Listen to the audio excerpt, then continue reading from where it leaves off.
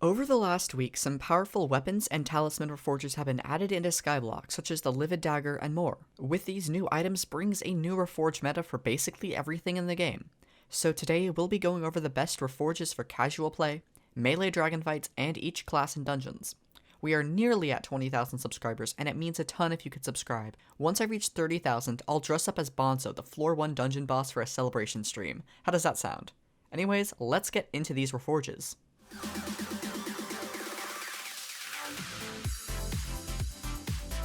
To avoid repetition, whenever I say reforge for a DPS build, this is what I'm going to be assuming.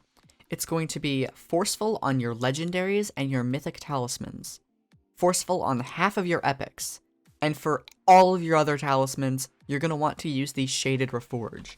You can get the shaded reforge by getting a dark orb on the auction house. As you can see right now, they cost about 250,000 coins, which is pretty cheap considering you can just reforge your whole talisman bag like it. So whenever I use the term DPS reforges, that's what I'm going to be referring to. The very first thing I'd like to start off with going over is just your casual reforges for normal gameplay. Currently the best weapon we can use right now is the Livid Dagger. You could go for the Giant Sword, which has a similar damage. I would recommend just going for the Livid Dagger because it does the same damage as the Giant Sword, but you'll have that extra chance when you hit enemies from behind to deal double damage. It doesn't happen often, but it still happens, so it's worth taking into account. Something important to note with the Livid Dagger is that it automatically gives you 100 attack speed. This means none of our talismans have to be set for attack speed, and none of our armor does either. This is when we're going to use our DPS build, which of course, I'll show the talisman reforge just like this one more time, just so you can see. But my guild put in a lot of work testing this for me, and they said that these are what works best, and I trust them, so we're going to go with their reforges right there. This is going to be the best build for casual damage in Skyblock. For those of you who either can't afford Livid Dagger or aren't using it for some reason, you won't have 100 attack speed right off the bat. This means you're going to have to change your talisman reforges, so here's what you're going to want to do. The first thing is actually going to be to change your armor from fierce to pure. This is because pure gives you attack speed, making it better for your build. Next, we're going to change the talismans up slightly.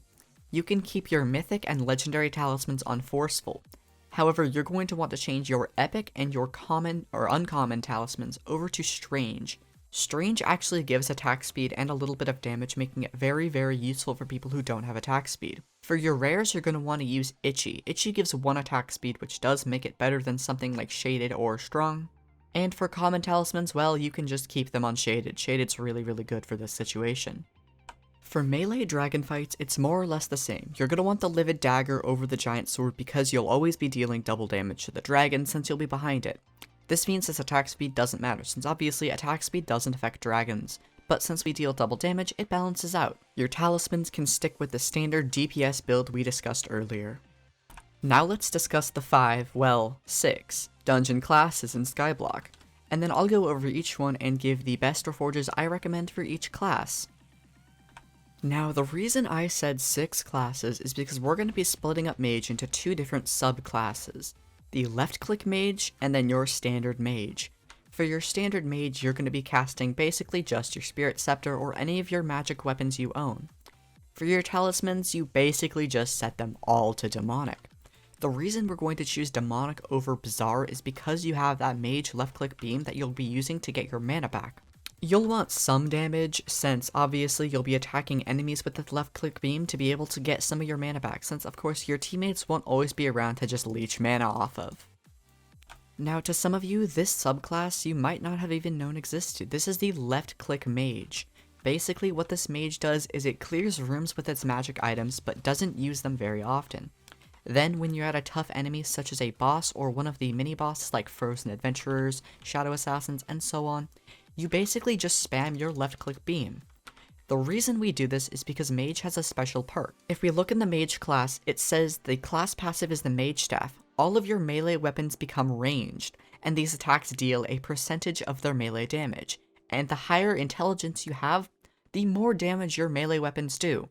I've been able to get personally over 800% melee damage, and well, that's just kind of absurd considering Berserkers actually don't get this buff and only deal 100% of their normal damage. I think they get slightly more, but it's almost irrelevant at this point considering mages can get thousands of percentage more damage the higher mana they have. So of course the higher mage class you have, the better this stat will be. For this mage build, just stick with a DPS build. Since the mage beam does get affected by attack speed, you can just use your livid dagger and all of the DPS talismans.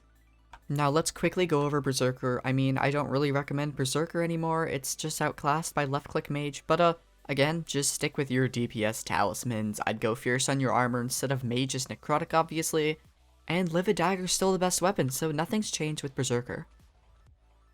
Archers don't cast off of attack speed whatsoever, so really we can ignore the fact that the Livid Dagger has 100% attack speed, and honestly the fact that you need any attack speed whatsoever.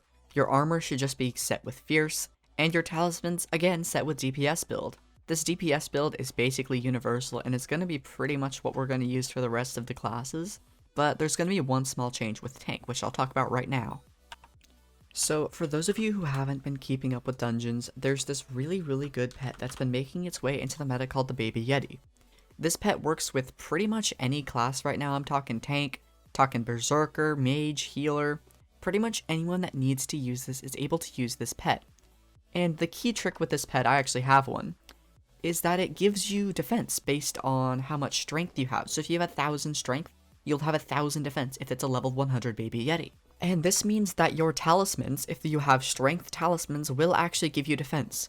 So I have a new recommendation for tanks, and that would be to have all of your talismans set for forceful. This is because it will give you a great amount of damage. It won't be the highest amount of damage, but it will definitely be close to the highest amount of damage. That will also let you have a ton of defense if you're using this Baby Yeti pet. And of course, since you have good damage, you'll be able to have lifesteal, and lifesteal keeps you alive for things like the floor 6 terracottas, and other situations where you're fighting an enemy and need to heal back a lot of your health really quick. So if you have this Baby Yeti pet, I would suggest going all strength. If you don't have the Baby Yeti pet, I would say just try and work off of lifesteal with your standard DPS build. Nothing really different right there.